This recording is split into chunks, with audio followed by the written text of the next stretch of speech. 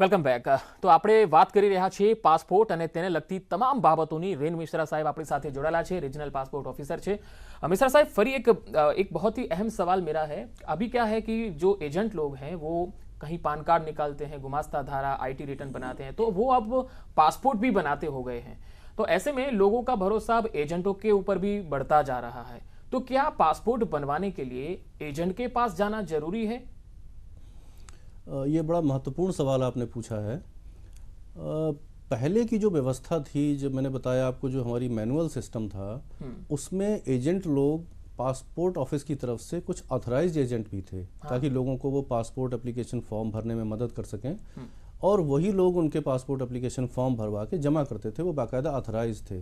लेकिन उसके बाद 2010-11 के बाद जब पासपोर्ट सेवा प्रोजेक्ट शुरू हुआ, जो मैंने आपको बताया कि पूरी तरीके से व्यवस्था कंप्यूटराइज हुई, डिजिटाइज हो गया, आप देखते हैं कि पासपोर्ट सेवा केंद्र बन गए, उसके बाद से ये एजेंट व्यवस्था पूरी तरह से ख़त्म की जा चुकी है। अब विदेश मंत्रालय की तरफ से, पासपोर्ट कार्यालय की तरफ से कोई भी एजेंट अधिकृत नहीं है, और हम किसी भी एजेंट के साथ कोई संपर्क नहीं रखते हैं। हमारा हमेशा आवेदकों से यही आग्रह रहता है कि आप अपने आवेदन को खुद भरें। बड़ी सरल प्रक्रिया है, मैंने आपको वेबसाइट बताई। वेबसाइट के अलावा एक हमारा एप्लीकेशन भी है, जिसको कहते हैं एम पासपोर्ट सेवा ऐप। वो आपको गूगल प्ले स्टोर से डाउनलोड हो जाता है, एंड्रॉयड पर भी चलता है, iOS ऑपरेटिंग सिस्टम पर भी चलता है। तो उसके माध्यम से आप आवेदन कर सकते हैं, और बहुत ही आसान प्रक्रिया है। बहुत आपको दस्तावेज देने की ज़रूरत नहीं है। दस्तावेज देने की जहाँ ज़रूरत है, वहाँ भी हमारी वेबसाइट पे देखेंगे तो बड़े स्पष्ट रूप से सारे दस्तावेज लिखे हुए हैं कि आपको कौन कौन से दस्तावेज देने हैं। अगर उतने पर भी आपको लगता है कि कहीं कोई संदेह है, तो हमारा जो क्षेत्रीय पासपोर्ट कार्यालय है, आप वहाँ फ़ोन से, ईमेल से, खुद ऑनलाइन अपॉइंटमेंट का सिस्टम है, आकर के पता कर सकते हैं। जैसे किसी का मान लीजिए एडॉप्शन का केस है, किसी के माइनर का केस है, बच्चे यहाँ पे हैं, पेरेंट्स फॉरेन में हैं, तो आपको ऐसी कुछ जानकारी चाहिए, तो हमारा कार्यालय इसी सब सेवा के लिए बना है। आप अपॉइंटमेंट लेकर आइए, आपको पूरी जानकारी बताएंगे कि आपको कौन कौन से दस्तावेज देने हैं। लेकिन एजेंट के पास जाने के लिए हम आपसे यही आग्रह करते हैं कि एजेंट के पास जाने की आपको कोई आवश्यकता नहीं है। पूरी प्रक्रिया बहुत सरल है, बहुत सुविधाजनक है, और ऑनलाइन अवेलेबल है। बिल्कुल सर, पिछले दिनों कई मामले हमने देखे हैं, अखबारों में भी देखे हैं, माध्यमों में भी आ रहे हैं कि एजेंट नकली पासपोर्ट बना करके आवेदकों को विदेश में भी भेज रहे हैं। ऐसे कई मामले आए हैं। तो ऐसे में पासपोर्ट क्षेत्रीय कार्यालय पुलिस के साथ मिलकर ऐसे नकली पासपोर्ट बने ही नहीं, उसके लिए क्या काम कर रहे हैं? देखिए, इसके लिए हम एक तो जो दस्तावेज होते हैं, हर एक आवेदक को इसीलिए स्वयं जाना है, पासपोर्ट सेवा केंद्र में जाना है, और उसको अपने ओरिजिनल दस्तावेज वहाँ दिखाने हैं। ओरिजिनल दस्तावेज में जैसे उसका पैन कार्ड है, आधार कार्ड है, वोटर आईडी कार्ड है, ये सब चीज़ें वो दिखाते हैं।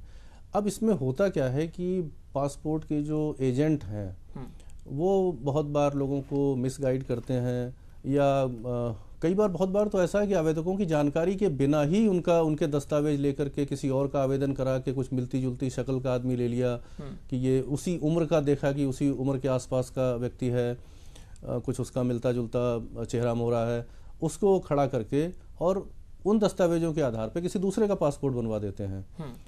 हमारा जो हमारे अधिकारी होते हैं, वो ओरिजिनल दस्तावेज देखते हैं, लेकिन वो एजेंट लोग ओरिजिनल दस्तावेजों में भी हेर फेर कर देते हैं। फिर दूसरा जो लेयर है चेक करने का, वो है पुलिस वेरिफिकेशन। जितने भी नए पासपोर्ट बनते हैं, उन सब में हम लोग पुलिस वेरिफिकेशन के लिए भेजते हैं पुलिस के पास। तो पुलिस उन दस्तावेजों के आधार पे और अपनी जो लोकल पूछताछ है उसके आधार पे इसको देखती है कि वो व्यक्ति वही व्यक्ति है जिसने आवेदन किया है कि नहीं किया है। उसकी सिटीजनशिप वेरीफाई करती है। ये सब करके जब पुलिस वेरिफिकेशन की रिपोर्ट हमारे पास क्लियर आती है, तभी हम उसको पासपोर्ट जारी करते हैं। अब इस प्रक्रिया में एजेंट लोग कुछ साठ गांठ करके कहीं से फर्जी दस्तावेज बनवाना, जैसे आधार कार्ड बनवा लेना फर्जी, हेर फेर करके बनवाना, पैन कार्ड बनवा लेना, तो ये करते हैं, जिसकी वजह से ये जो डुप्लीकेट पासपोर्ट बन जाना या गलत आदमी के नाम पे पासपोर्ट बनवाना, ये चीज़ें आती हैं सामने। मतलब नकली पासपोर्ट और असली पासपोर्ट में ऐसा क्या फ़र्क है जो हम देख पाते हैं और हम समझ पाते हैं कि हमारे पास जो पासपोर्ट आया है एक्चुअली वो तो नकली है? ये देख पाना आम आदमी के लिए संभव नहीं है, क्योंकि एजेंट जो इस तरीके के काम करते हैं, वो पासपोर्ट में हेरफेर भी करते हैं। एक तो मैंने बताया कि ये जो फर्जी दस्तावेज देके किसी दूसरे का पासपोर्ट बनवाना। दूसरा जो वो एक करते हैं वो ये है कि किसी का असली पासपोर्ट है लेकिन उसमें फ़ोटो किसी दूसरे का डाल देना, या कुछ डिटेल में थोड़ा सा हेरफेर कर देना, डेट ऑफ बर्थ में हेरफेर कर देना। आम आदमी के लिए सामान्य तौर पे ये देख पाना बहुत मुश्किल है। इसके लिए जो क्षेत्रीय पासपोर्ट कार्यालय है वही उस पासपोर्ट की जांच करके बता सकता है, या फिर जो इमिग्रेशन अथॉरिटी हैं उनके पास वो मशीन से चेक करना पड़ता है उस पासपोर्ट को। या जो लोग अक्सर पासपोर्ट की, जैसे इमिग्रेशन के लोग हैं, वो अक्सर पासपोर्ट्स को डील करते रहते हैं, तो वो देख करके बता सकते हैं कि इसमें थोड़ा सा हेर फेर लग रहा है, लेकिन फिर भी मशीन से चेक करना पड़ता है उसको, तब पता चलता है कि कहीं डिटेल्स में और एक्चुअल आदमी में मिसमैच है या नहीं है।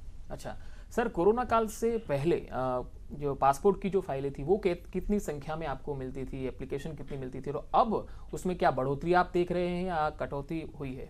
हाँ, उसमें कमी तो अवश्य आई है। 2019 में हमने करीब 6.5 लाख के आसपास पासपोर्ट एप्लीकेशंस का निस्तारण किया था, और अभी पिछले वर्ष 2021 में हमने हमारे पास 4,32,957 पासपोर्ट की एप्लीकेशंस आई थी, जिसमें से हमने 4,23,157 निस्तारित कर दी थी।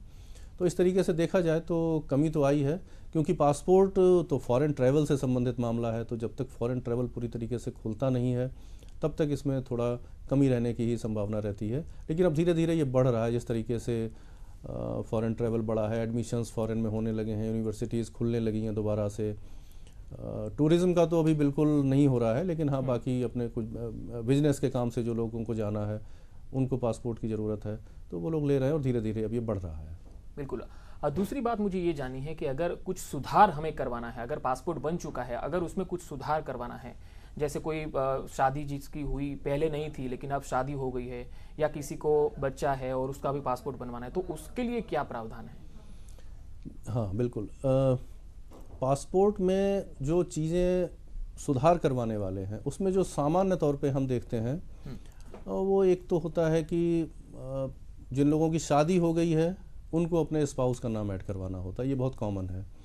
तो उसके लिए आपको पासपोर्ट का वही आवेदन कर दीजिए, ऑनलाइन आवेदन की प्रक्रिया है, वो आप आवेदन कर देंगे। बेसिकली सुधार के लिए आपको उसी पासपोर्ट में सुधार नहीं होता है। पासपोर्ट में एक बार आपको पासपोर्ट जारी हो गया, उसके बाद आपको कुछ सुधार करवाना है या कुछ भी करना है तो उसको बोलते हैं हम लोग री इशू, यानी कि वो पासपोर्ट आपको दोबारा जारी होगा, आपको नई बुकलेट दोबारा से मिलती है, नया पासपोर्ट नंबर मिलता है, और सारी प्रक्रिया आपकी वही होती है जो आपको नए पासपोर्ट के लिए करनी है। तो उसमें आपको अपना, अगर आपको नाम चेंज करवाना है, जैसे नाम चेंज अगर आपको खुद का करवाना है तो आपको अपने नाम के 2 नए आइडेंटिटी प्रूफ देने होंगे। 2 न्यूज़पेपर्स में, एक आपका इंग्लिश में होगा, एक आपका क्षेत्रीय भाषा में होगा। उसमें आपको पब्लिकेशन करवा देना है कि मैंने अपना नाम बदलकर अमुक नाम से अमुक नाम रख लिया है, और आपको एक पुराना आईडी प्रूफ देना होगा। इसी तरीके से पेरेंट्स के नाम में परिवर्तन करना चाहते हैं बहुत से लोग, वो भी वही होता है। यहाँ पे ये खास बात मैं आपको बता दूं कि पेरेंट्स के नाम में परिवर्तन सामान्य तौर पे बहुत एक्सेप्शनल माना जाता है, जो उनकी मृत्यु के बाद नहीं किया जा सकता है सामान्यतः। जी बहुत जी रेन मिश्रा जी, आपको मैं यहाँ रोकना चाहूँगा, समय नहीं है इसके लिए। बहुत बहुत शुक्रिया रेन मिश्रा जी, आप हमारे स्टूडियो में आए और पासपोर्ट के बारे में बहुत ही उम्दा जानकारी हमारे दर्शकों को दी। बहुत बहुत शुक्रिया। धन्यवाद। तो मित्रों, खास रजूआत में अत्यारे आटલું જ। रजा आपशो, नमस्कार।